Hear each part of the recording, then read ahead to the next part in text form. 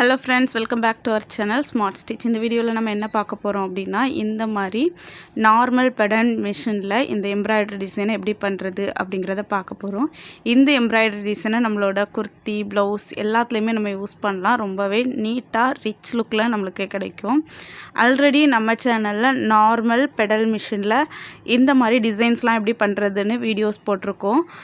3 ரூபாய்க்கு கிடைக்கிற எம்ப்ராய்டரி த்ரெட்டை யூஸ் பண்ணி பண்ணது, உல்லன் த்ரெட் யூஸ் பண்ணி பண்ணுறது, ஜரி த்ரெட் யூஸ் பண்ணி இந்த மாதிரி ஆரி லுக்கு க்ரியேட் பண்ணுறதுலாம் நம்ம கிளாஸில் ப்ரீவியஸாக கொடுத்துருக்குறோம்.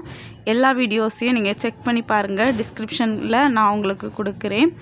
நார்மல் மிஷினில் எம்ப்ராய்டரி எப்படி போடுறது அப்படின்னு நம்ம வீடியோ கொடுத்துருக்கோம். இந்த மாதிரி எம்ப்ராய்டரி நார்மல் மிஷினில் போடுறது.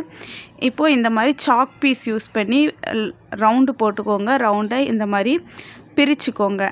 நம்ம சாக் பீஸ் எதுக்காக யூஸ் பண்ணுறோம் அப்படின்னா, ஈஸியாக அழிஞ்சு போயிடும். வேறு நம்ம எந்த மார்க்கர் யூஸ் பண்ணாலும் அதோட ஸ்ட்ரெயின் கிளாத்தில் இருக்கும். ஸோ இந்த மாதிரி ரெடி பண்ணிக்கோங்க.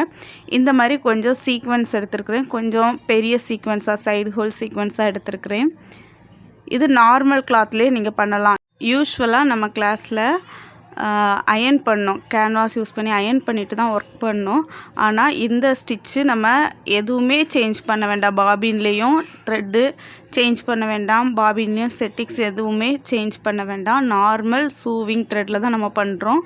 நார்மல் பாபின் கேஸ்லேயும் நார்மல் சூவிங் த்ரெட் தான் யூஸ் பண்ணியிருக்கோம். ஸோ நீங்கள் எந்த சேஞ்சுமே பண்ண வேண்டாம்.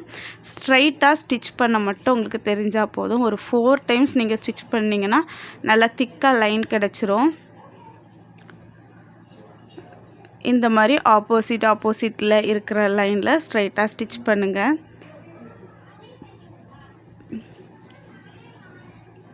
இது கிளாத்தோட ஃப்ரண்ட் சைடு தான் ஸ்டிச் பண்ணோம். ஆல்ரெடி நம்ம கிளாஸில் பார்த்த எல்லாமே பேக் சைடு தான் நம்ம ட்ரேஸ் பண்ணி, பாபினில் டிஃப்ரெண்ட் த்ரெட்டு போட்டு நம்ம ஸ்டிச் பண்ணது எல்லாமே பேக் சைடு தான் ஸ்டிச் பண்ணுவோம். இது கிளாத்தோட நல்ல பக்கம் ரைட் சைடே நீங்கள் ஸ்டிச் பண்ணலாம். பொறுமையாக இந்த மாதிரி ஸ்டிச் பண்ணிங்கன்னா ஃபைனலாக ரொம்ப நீட்டாக கிடைக்கும். இப்போது நீங்கள் ஸ்டிச் பண்ணும்போது பொறுமையாக ஸ்டிச் பண்ணால் ரொம்ப நீட்டாக இருக்கும்.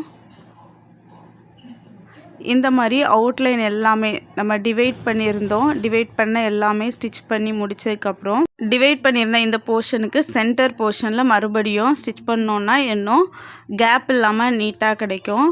இப்போ நம்ம ஃபஸ்ட்டு 8 பார்ட்டாக டிவைட் பண்ணியிருக்கோம். 8 சீக்வன்ஸ் இருக்கும். அதுக்கப்புறம் அந்த 8 சீக்வன்ஸுக்கும் மிடில் பாயிண்டில் நீங்கள் லைன் மார்க் பண்ணிவிட்டு கூட நீங்கள் ஸ்டிச் பண்ணலாம். சென்டரில் லைன் போட்டுக்கோங்க, போட்டுட்டு ஸ்டிச் பண்ணுங்கள். சென்டரில் ஸ்டிச் பண்ணும்போது கொஞ்சம் இன்சைடு வச்சு நான் ஸ்டிச் பண்ணுறேன், பார்க்குறதுக்கு நல்லாயிருக்கு.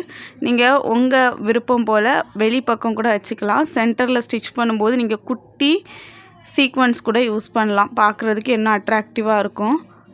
உங்கள்கிட்ட இருக்கிறத வச்சு நீங்கள் ட்ரை பண்ணி பாருங்கள். கண்டிப்பாக ட்ரை பண்ணி பாருங்கள். ட்ரை பண்ணி பார்த்து அவுட்புட் எப்படி இருக்குது அப்படிங்கிறத கண்டிப்பாக ஷேர் பண்ணுங்கள். இந்த வீடியோ உங்களுக்கு பிடிச்சிருக்கும்னு நினைக்கிறேன். தேங்க்யூ.